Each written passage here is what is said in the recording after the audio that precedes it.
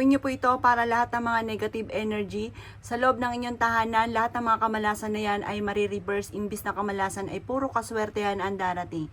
Ito po sa pamamagitan ng 3 bawang. Mainam po mga bossing ko na ilaglag niyo ito sa isang malinis na garapon. At pagkatapos mga bossing, kapag napansin niyo po na ang inyo pong tubig ay parang siya po lumabo kagad, yan po ay marami na nahigop kagad na negative energy.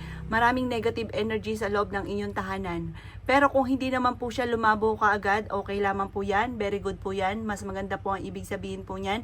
Ibig sabihin, ang inyo pong tahanan ay sagrado at hindi po siya napapalibutan ng mga negatibo.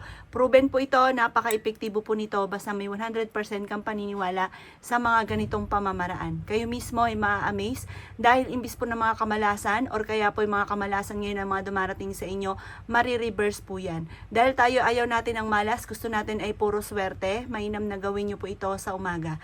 At kailangan nyo po lang po ng 3 bawang. Ito po, kapag hindi naman nagdudumi, huwag nyo na po siyang itatapon. Pero pag once na nagdumi po siya, palitan nyo na lamang po yung bawang or kaya po itanim nyo po yung bawang. Basta yung tubig ay itatapon sa lababo. At yan po ililinisan nyo po muning mabuti. Ito po lagayan po ninyo ng tubig.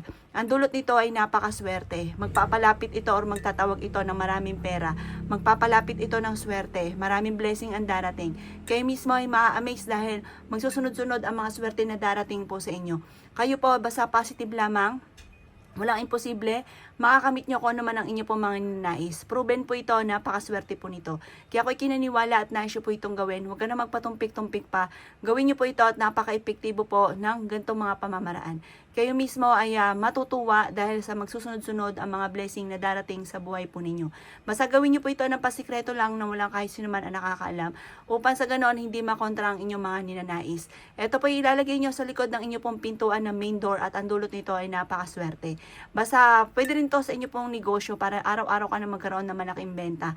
Yung mga kamalasan sa inyo pong negosyo ay matitigil na at araw-araw ka nabibigyan nito ng maraming benta. Proven po ito, napakaswerte po nito. Gawin nyo na po ito.